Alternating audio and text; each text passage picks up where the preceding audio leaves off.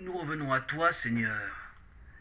Inexorablement, la nourriture, la lecture quotidienne de la Bible est le petit lait et le gras nourrissant solide qui apaise notre soif, notre esprit. Inlassablement, nos recherches dans la lecture est de connaître, vivre l'approche à ta présence, Seigneur Jésus. Notre foi est nourrie, mise en action par notre amour des textes et des écrits saints. Nous n'avons pas de quoi nous ennuyer. Si nous sommes vigilants à la lecture fidèle, nous ne pouvons nous laisser intimider au compromis. Nous sommes forts, vigilants, pour ne pas céder aux tentations du monde. La Bible fait notre force, nous rafraîchit, éloigne de nous sécheresse, toute terre aride, tout désert et tout lieu de désolation.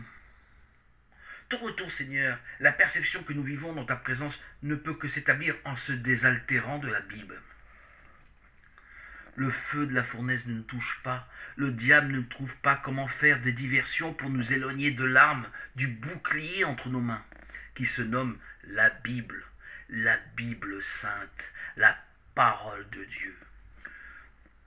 Nous ne nous reposons pas sur nos lauriers. Le diable est aux aguets. Il profite de notre quiétude pour nous imposer d'abord des petits écarts, et peu à peu, d'écart en écart, nous amène à d'autres emplacements.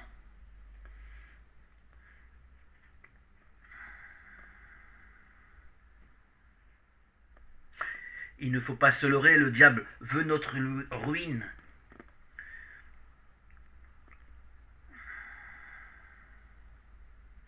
Il sait bien, on le sait bien, qu'il veut s'opposer à la sainteté. Il profite sans état d'âme du moment propice où nous sommes en zone de confort, nous croyons à l'abri de ses attaques. Il attend le moment de notre distraction. Et dès qu'il voit un moment où notre paix intérieure peut se détériorer, se détacher de Dieu,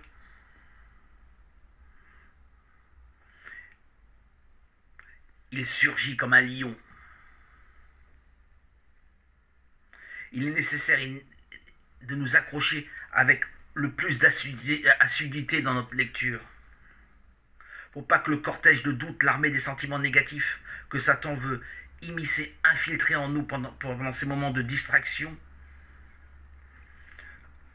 fasse leur effet.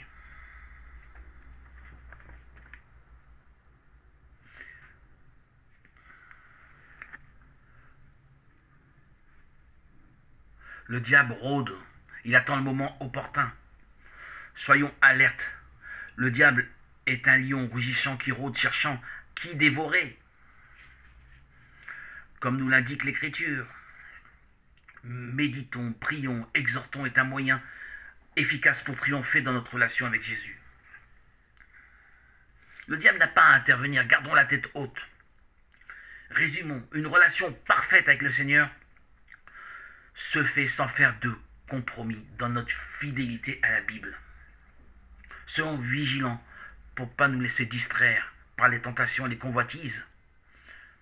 S'attacher à Dieu, c'est renoncer au mal, c'est lire la Bible. De plus, on ne peut cohabiter en présence de Dieu qu'en ayant un cœur pur. Heureux les cœurs purs, comme l'indique Jésus dans son sermon sur la montagne. Un cœur pur est un croyant qui recherche le bien. Un cœur pur est un croyant qui a ses yeux dirigés au ciel, en direction de Dieu. Un cœur pur est un croyant qui voit le bien dans son prochain. Un cœur pur est un croyant qui occulte le mal, le défaut se trouvant dans son prochain. Qui ne voit que le bien dans son prochain. Et encore, un cœur pur recherche le bien qu'il peut faire pour son prochain. Le cœur pur grandit et alors il peut être défini, catégorisé, comme nous l'indique le Seigneur, heureux. Il est heureux dans ce monde et à plus forte raison dans le royaume de Dieu. Le fidèle croyant au cœur pur pourra entrer dans la présence du Dieu vivant, voir la face de Dieu, sans honte pour se conduire, pour sa conduite. Il est digne du fidèle adorateur qui se doit d'être un chrétien amoureux de la Bible et de tous les messages d'amour que Jésus le Christ, le roi Mashiach, nous donne d'entendre.